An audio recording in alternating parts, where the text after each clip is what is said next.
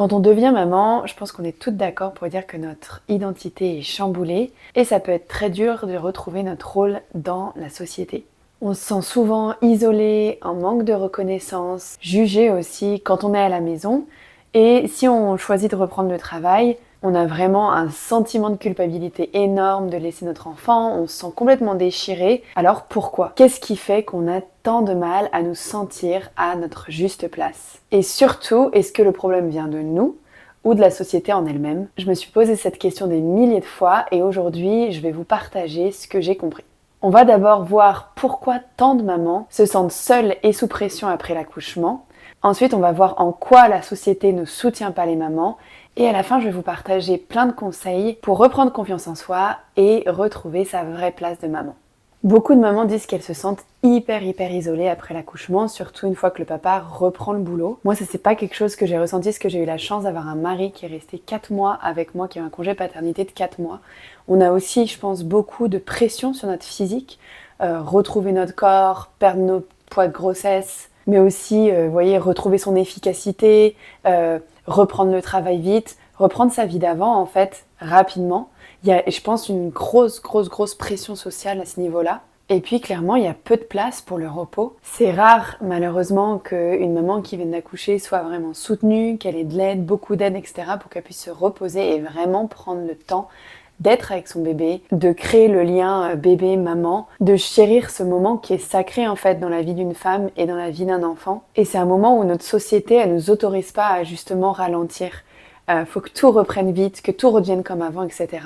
Et il n'y a pas cette notion de c'est ok de ralentir, c'est ok de couper pendant un certain temps. Ou du moins très peu, et je trouve que la pression est très forte. Je sais pas ce que vous en pensez. Et puis moi, ce qui m'a vraiment choquée, c'est le fait que la maman n'ait pas la possibilité vraiment de s'adapter à son bébé. C'est-à-dire que c'est le bébé qui va devoir s'adapter au planning de maman.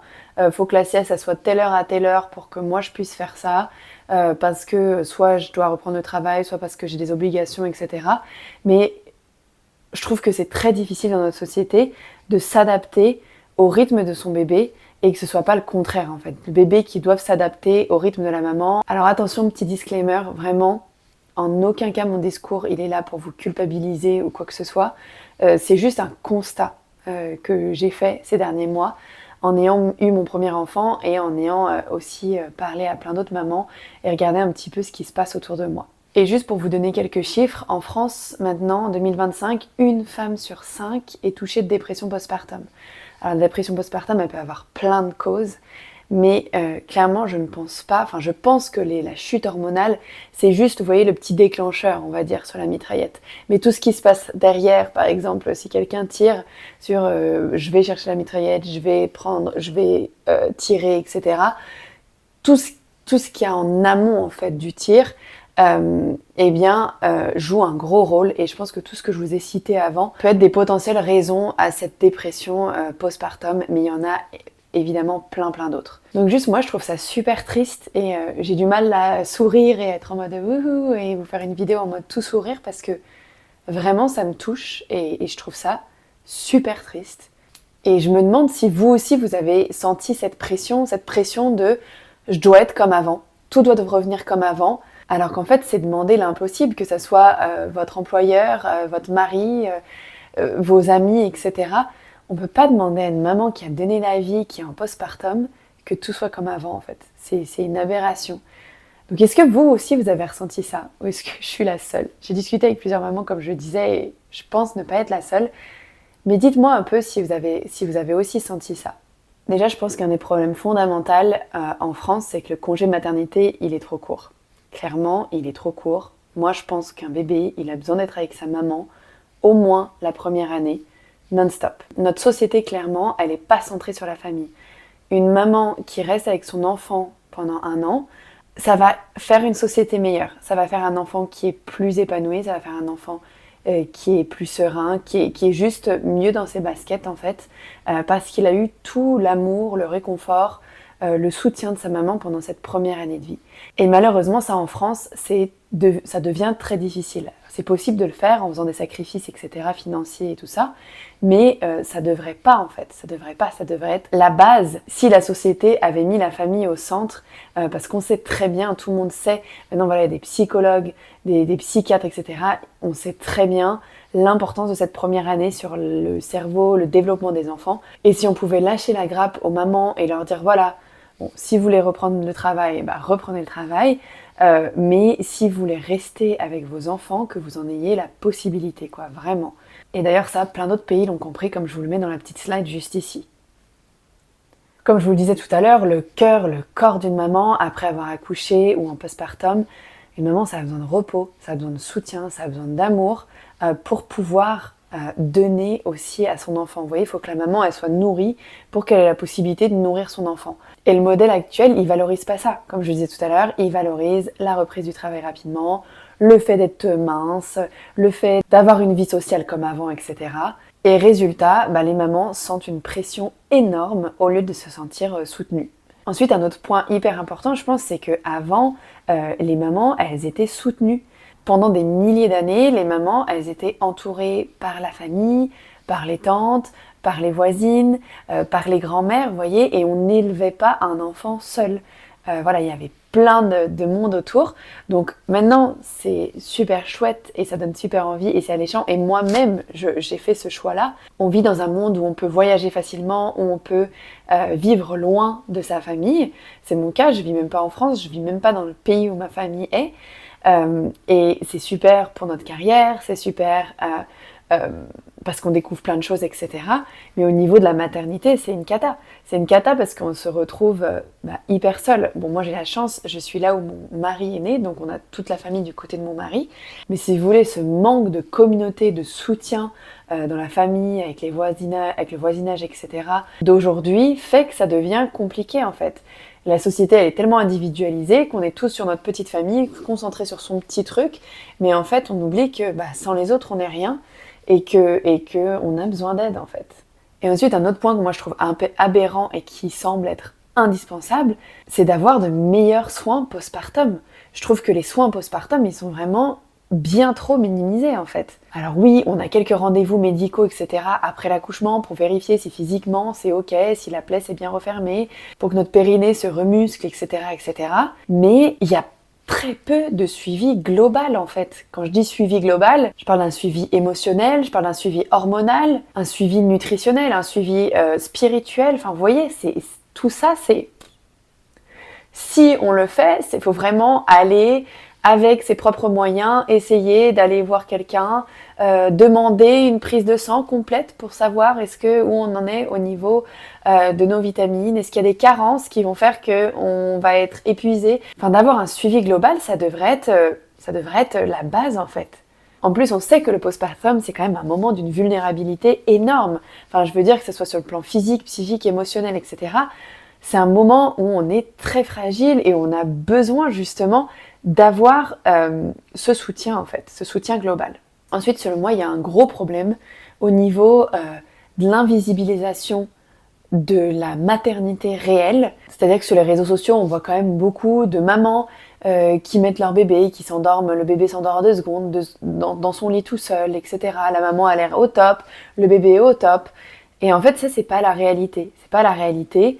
Il y a c'est quand même hyper éprouvant. D'être maman, c'est une école de dons. C'est vraiment une école de dons. Donc, faut pas non plus s'oublier. C'est important de remplir son propre vase. Mais c'est quand même une école de dons. Et je trouve que il y a ce paradoxe. Il y a à la fois de plus en plus de comptes qui montrent que la maternité, c'est dur, etc. Mais qui, je trouve, moi, la négativisent au plus haut point. Et ça donne pas du tout envie d'être maman. Et en même temps, il y a un manque de réalité sur certains comptes où on voit la maman, tout va bien, etc. Moi, je trouve que ce serait tellement mieux d'avoir quelque chose de vrai, de la maternité. Il y a des moments difficiles, il y a des moments où on est fatigué, mais en même temps, c'est trop beau, c'est un cadeau de Dieu d'avoir un enfant. Oui, c'est fatigant, oui, ça demande beaucoup, mais en même temps, ça transforme de la plus belle façon. Surtout si la société nous donnait, on va dire, les conditions pour vivre une maternité où on peut vraiment se reposer, où on peut vraiment prendre soin de son bébé, bah en fait la maternité serait beaucoup plus facile, même si ça n'enlèvera jamais que voilà, il y a quand même un don de soi, les nuits hachées, etc. Ça on pourra pas l'enlever. Mais c'est aussi ça qui est beau, enfin je veux dire, ça fait travailler, ça fait... Moi je trouve que la maternité vraiment, quand elle est vécue de façon ajustée, elle élève nos âmes, elle nous transforme et elle nous rend, bah moi dans mon cas, j'ai l'impression d'être une meilleure personne. Maintenant, ça m'a fait comprendre tellement de choses. Et c'est trop beau. Et ce petit être d'amour là qui est là, qui rigole, qui est trop mignon, qui oui pleure aussi beaucoup, qui s'exprime. Vous voyez, enfin moi je trouve qu'il y a vraiment beaucoup de beauté dans tout ça. Et en fait je trouve que cette invisibilisation de la réalité du rôle de mère et en même temps le surmontrage de la négativité de ah c'est trop dur, c'est horrible d'être maman, nanana, je suis trop épuisée, je suis au bout du rouleau, nanana. Je trouve qu'il y a un juste milieu à avoir et je trouve que, je vous le donnerai dans les points tout à l'heure, mais je trouve que là, il y a un réel rôle d'éducation. Après, je pense que avant d'être maman, de toute façon, on ne peut pas conscientiser de ce que c'est en fait. C'est juste inexplicable, c'est impossible, même si on nous prévient, même si on nous explique avec beaucoup de douceur, beaucoup d'amour, qu'on nous donne du soutien, etc. C'est impossible de savoir ce que c'est avant de le vivre. Mais je sais pas si vous avez compris un peu, je regarde mes petites notes, mais si vous avez compris ce que je voulais dire dans ce point. Mais en tout cas, je trouve que tout ça, ça renforce la culpabilité, l'isolement. Cette maman, elle a l'air trop bien, tout va bien, etc. Alors que moi, je trouve ça trop dur. Qu'est-ce qui va pas? Qu'est-ce qui tourne pas rond chez moi? Et inversement, cette maman, elle se plaint tout le temps, elle est chiante. Moi, j'ai pas l'impression que ça soit si dur que ça. Vous voyez, et ça, ça va dépendre. Il y a un jour, on a l'impression d'être la maman A, un jour on est la maman B. Vous voyez, ça va dépendre de plein de circonstances. Mais je trouve ça dommage de réduire ça à ça. Vous voyez ce que je veux dire? Et mon dernier point par rapport à ça, avant de vous donner tous mes petits conseils et astuces pour justement retrouver son rôle et se sentir bien en étant maman, retrouver sa juste place, c'est qu'il y a vraiment peu de reconnaissance pour le rôle maternel. Vraiment trop peu. C'est vrai que le travail des mères pour la société, alors entre mères on sait, mais le travail des mères dans la société, il est invisible en fait. C'est-à-dire qu'on est à la maison, on glandouille, on regarde bébé gazouiller, et puis il dort, et puis nous on fait notre life pendant qu'il dort. Mais le soin des enfants, les soins de l'éducation de l'enfant, de l'éducation physique, psychologique, spirituelle, émotionnelle, la charge mentale qui va avec tout ce qu'il faut planifier, etc., organiser pour que le foyer y tourne, mais aussi que l'enfant soit bien, l'allaitement, les nuits hachées, les rendez-vous, les temps d'éveil, etc. J'en passe, il y a des milliers de choses, la cuisine, faire en sorte que son enfant il mange sain, tous ces trucs-là, c'est complètement invisible, c'est que c'est rarement valorisé socialement ou économiquement. Voilà, être juste maman, ou maman au foyer par exemple, c'est mais dévalorisé au possible en fait, alors que c'est une mission colossale et que c'est l'avenir en fait, c'est l'avenir. Et même, vous voyez, de limite culpabiliser parce que on conscientise vraiment l'importance de s'éduquer nous-mêmes pour pouvoir éduquer nos enfants sur la partie émotionnelle, spirituelle, de leur faire à manger sainement, etc. C'est comme vu un peu en mode « Ah oui, toi t'es la maman parfaite ». C'est sûr que c'est impossible de faire tout ça en ayant un travail à plein temps. C'est impossible. Faut choisir sa bataille. C'est impossible pour moi. Et je suis peut-être trop intense en disant ça, mais vraiment je le pense. Je pense que c'est impossible d'élever des enfants qui vont bien et qui sont méga équilibrés et où la maman est aussi méga équilibrée et épanouie quand on a le rôle de maman au foyer plus un travail à plein temps. Pour moi, c'est impossible. Ça ne veut pas dire que la maman ne peut pas travailler. Bien évidemment, la maman peut travailler, mais je pense qu'il faut révolutionner, il faut faire quelque chose pour que le travail, on travaille autour de l'enfant et pas le contraire. C'est-à-dire que la maman puisse travailler de la maison, pas 35 heures, mais peut-être 15-20 heures. Vous voyez, au moins l'année, au moins on va dire de 1 an jusqu'à 3 ans. Vous voyez, quand l'enfant il est tout petit, où il a besoin, si vous voulez, il boit tout ce qu'on lui donne. Il a besoin de sa maman, il a besoin de son papa évidemment aussi. Mais voilà, moi je pense ça, je suis peut-être un peu radicale, dites-moi vous ce que vous en pensez, mais je pense qu'il y a plein, ma génération, on a plein de pets au niveau de nos émotions, au niveau de nos addictions, au niveau de... Voilà, parce que clairement, je pense qu'on a été... on nous a laissé trop pleurer, on a été coupé de nos parents trop tôt en étant mis à la crèche hyper jeune. Et ça fait quoi sur un enfant ? Ça fait qu'il apprend à se taire et il apprend pas à avoir un attachement sain avec sa maman. Je vais vous donner un exemple parlant que j'ai écouté dans un podcast l'autre jour et je me suis dit mais oui. Bon après là on dérive un peu, du coup je vous dis juste ça et après on retourne dans le vif du sujet. Mais la nana disait, imagine vous devez vous attacher sainement à quelqu'un, par exemple vous rencontrez quelqu'un, vous savez que dans 2 mois il change de continent et que vous le reverrez pas pendant 2 ans. Voilà, vous venez de le rencontrer et dans 3 mois, voilà, parce que le congé maternité est de 3 mois, dans 3 mois, vous le voyez plus, vous le voyez presque plus. Vous devez faire votre vie sans cette personne. Et ben, vous n'allez pas vous attacher sainement à cette personne. Vous allez vous protéger, vous allez vous dire « Ah bah non, faut pas trop que je m'attache, faut pas trop que je l'aime, parce que quand il sera plus là, ça va être trop dur. Il va falloir que je me protège, etc. » Bah pour moi, vous voyez, mettre un enfant de 3 mois à la crèche, alors attention, hein, je dis pas le mettre quelques heures par jour, etc. Je parle de mettre un enfant à la crèche de 9h à 18h. Pour moi, c'est pareil. C'est pareil, et comment voulez-vous que votre enfant, il s'attache sainement quand vous lui demandez d'être séparé de vous, alors que tout ce qu'il veut, clairement, toutes les mamans qui sont là, qui ont un enfant, elles le savent très bien, tout ce que veut un enfant, c'est être avec sa maman. Alors oui, il va s'habituer au bout de 3 semaines à pleurer, à être trop mal, il va s'habituer, oui. Mais est-ce que c'est vraiment sain ?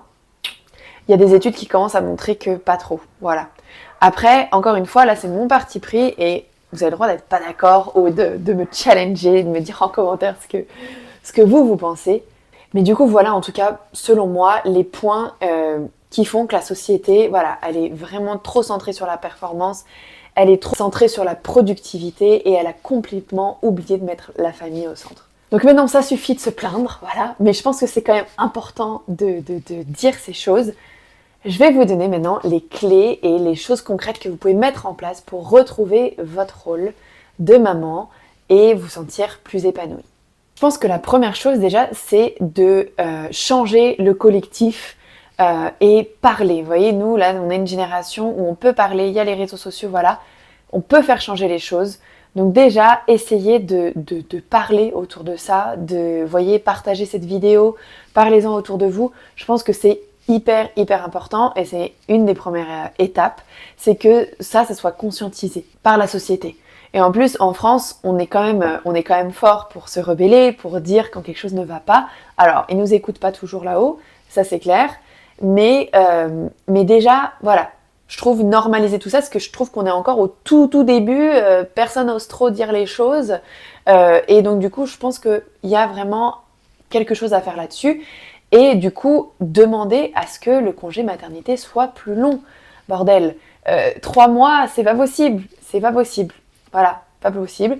Faire comme d'autres pays, il y a plein de pays, je vous ai mis dans la première slide, qui font autrement. Moi, en Irlande, j'ai eu 1 an off avec 6 mois payés, salaire à 100%. Et déjà ça, vous voyez, c'est déjà, je pense, un peu mieux que ce qui est proposé actuellement en France. Après, je pense qu'il y a plein de façons de repenser à tout ça. Vous voyez, par exemple, j'en sais rien, retarder sa retraite, décider, je pense que l'État, de toute façon, il va pas vouloir donner comme ça des congés plus longs forcément. Je pense que ça va prendre un peu de temps, mais quelque chose qui pourrait potentiellement fonctionner, auquel je réfléchissais, c'est pourquoi pas retarder un peu sa retraite et prendre par exemple 1 an à la suite de chaque enfant. Si on a 2 enfants, ça retarde de 2 ans sa retraite. Mais ces 2 ans, c'est rien. Mais pourtant, ces 2 ans avec son enfant, c'est énorme, vous voyez. Je pense qu'il y a plein de façons de repenser ça. Et je pense que là, il faut être créatif, faut parler, faut faire porter sa voix. Et c'est déjà une étape hyper importante. Ensuite, le deuxième point, je pense que c'est l'éducation. Je pense que les mamans, elles pourraient être vraiment mieux préparées à la maternité. Il faudrait qu'il y ait, vous voyez, un cours en fait, une formation, je sais pas, de 3 mois, 6 mois, pour préparer les mamans à cette maternité. Et moi, ça c'est quelque chose que je suis en train de travailler dessus pour vous le proposer. Je vais vous mettre un lien dans ma bio pour vous abonner si vous voulez à ma plateforme Skool. Je sais pas si vous connaissez Skool, mais c'est une super plateforme où du coup je vais vous partager plein de choses pour justement comment mieux se préparer à cette maternité et comment mieux vivre sa maternité d'une façon très globale. Donc sur le plan physique, psychique, émotionnel, spirituel. Voilà, on va couvrir tout ça.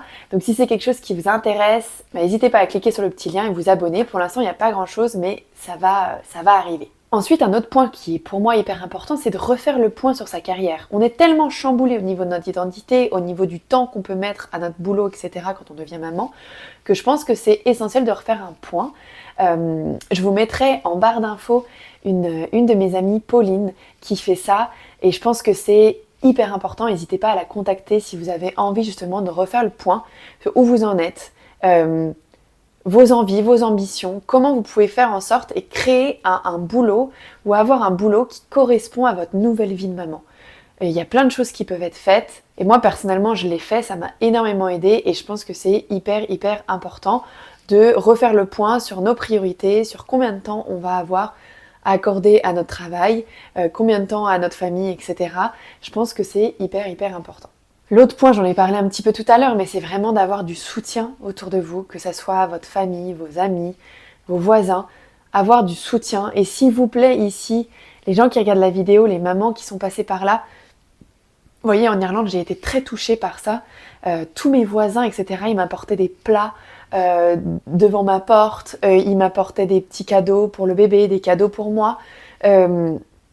Et ça m'a vraiment touchée. Ça m'a touchée à quel point il y avait un soutien même du voisinage sans qu'on se connaisse forcément énormément. Ils savaient que j'étais enceinte, ils savaient que j'avais eu un petit bébé. Et voilà, ils m'ont apporté des trucs ultra pratiques. Genre par exemple, une de mes voisines m'avait acheté, alors je sais pas si c'est sur Vinted ou si c'était à elle ou voilà, peu importe. Mais elle m'a donné un porte-bébé trop bien que j'utilise tous les jours et qui m'a méga servi. Et j'avais trouvé ça trop touchant parce que c'était quelqu'un que voilà, j'avais croisé 2-3 fois enceinte en disant bonjour, mais c'est tout quoi, pas plus. Et vraiment d'être là, d'être dans le don. En Irlande, il y a vraiment ce soutien-là qui est plus fort, je pense, qu'en France. Et j'ai trouvé ça incroyable. Donc s'il vous plaît, quand quelqu'un attend un bébé, qu'elle vient d'accoucher, mais donnez un petit peu de votre soutien, ça va vous prendre 1 heure peut-être de lui faire un plat, de lui poser devant sa porte pour que ce soir-là, elle ait quelque chose à manger ou le mettre dans son congèle, vous voyez, mais c'est des petites actions. Si tout le monde était tourné vers l'autre, dans l'aide, dans l'entraide, etc., mais ça changerait tout. Voilà. Donc ça, c'est un point hyper important. Même au niveau du soutien, je pense que c'est important d'être dans des associations, être dans des groupes maman-bébé, toutes ces choses-là. Je vous ai fait une autre vidéo sur comment se sentir moins seule et soutenue pendant son postpartum, je vous la mettrai juste ici si vous voulez la regarder. Mais voilà, ce genre de choses, je pense que c'est hyper important. Ensuite, autre chose, c'est de voir la maternité comme une force, pas comme une parenthèse. Quand on a un enfant, on met pas sa vie entre parenthèses, on le fout à la crèche et notre vie reprend. Non. Quand on a un enfant, notre vie change et elle évolue et on va évoluer avec notre enfant. C'est pas une parenthèse, c'est une force. Vous voyez, ça, je pense que c'est hyper important aussi. Et je pense aussi que la qualité et la beauté du lien qu'on crée en fait avec nos enfants, c'est incroyable. C'est incroyable. Être parent, c'est vivre une expérience d'amour folle. C'est une expérience indescriptible, c'est magnifique, c'est très beau et je pense qu'il ne faut pas se faire distraire, parce que la société, c'est ce qu'elle essaye de faire, se faire distraire par d'autres choses qui donnent envie, comme gagner plus, avoir une carrière. Je pense que ces choses-là, c'est pas les choses dont vous vous rappellerez sur votre lit de mort. Clairement, non. La carrière, l'argent, non. Ça veut pas dire que vous pouvez pas avoir de carrière, que vous pouvez pas gagner votre train de vie. Moi, je suis pas du tout dans ce mindset-là. Au contraire. Mais peut-être, voilà, il y a pendant quelques années, vous allez être proche de vos enfants, vous allez peut-être faire un mi-temps, ou même rester avec vos enfants plein temps. Et une vie, c'est long. Enfin, je veux dire, sur 80 ans, c'est pas parce que pendant 10 ans vous êtes avec vos enfants, ça veut pas dire qu'après vous pouvez vous investir pour votre carrière ou pour partager une mission qui est importante pour vous. Vous voyez, moi là ce que je fais sur YouTube, c'est hyper important dans mes tripes, dans mon âme pour moi, et je le fais, mais voilà, ça me prend 10-15 heures par semaine, parce que pour l'instant, j'ai pas plus de temps en fait à donner à ça, parce que je veux travailler autour de mon enfant et pas le contraire. Voilà, donc pour conclure, je termine sur une réflexion que je me suis faite. Je pense qu'on peut vraiment tirer le plus beau de l'ancienne façon. Vous voyez, l'ancienne, quand je dis ancienne, c'est quand les mamans étaient toutes encore mamans à la maison et elles s'occupaient de leur enfant à plein temps. On peut tirer du beau. Il y a des choses très saines et très belles dans cette façon de faire. Et en même temps, on peut aussi tirer du beau de notre société aujourd'hui où la maman, elle a aussi envie d'avoir une mission autre que mission de maman.